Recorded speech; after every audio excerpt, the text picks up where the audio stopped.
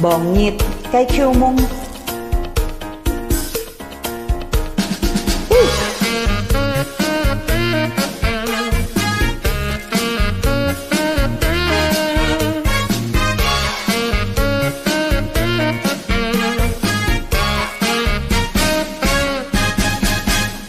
Xuân trên cây phong phá khơi tên chén diều nhuần, còn xuân cây sung sung tươi tươi diều chín nhi.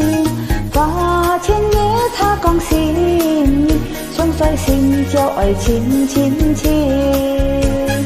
Còn xuân cây nhít lỡ trao trang ghi tiêm phùng, chín nhi à chín chín nhau nhau chín ghi chung. Xuân phong trói hong ca trông trông lo, như ngày anh trong cái trói mong trông. Chẳng hy vọng gì giống xa cái chín ơi, như kinh như chạc gần như chín phút.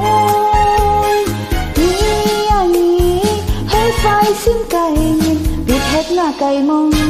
Xin chào chú mày chung, như kinh ngày tôi chẳng xin chào con sông. Cứ chim trong bọn nhịp tay thiếu mong.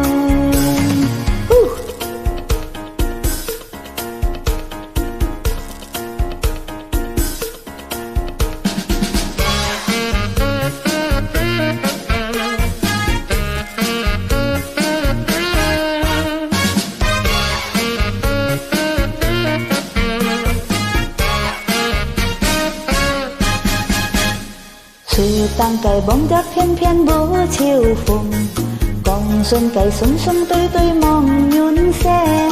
Sang men hái dây xin gì chung, trong kết ta xoay kim xa mê. Còn xuân cây tháo cho kia chút hương phùng, thì à chín chín nhau nhau nhẹ con tông. Chiều phong trói hong ca sôi lòng chung, như ngày anh trong cây trói mong trông. Chẳng hy vọng gì giống xa cái chín ơi, đi kinh đi chặt gần đi trên phố.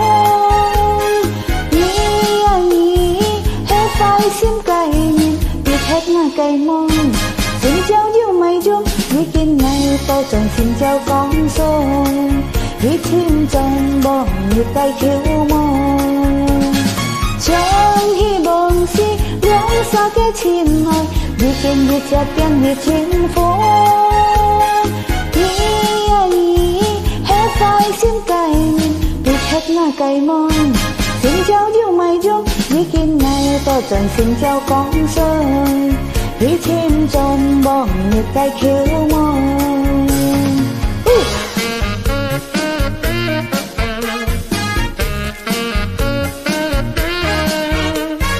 La la la la la la la.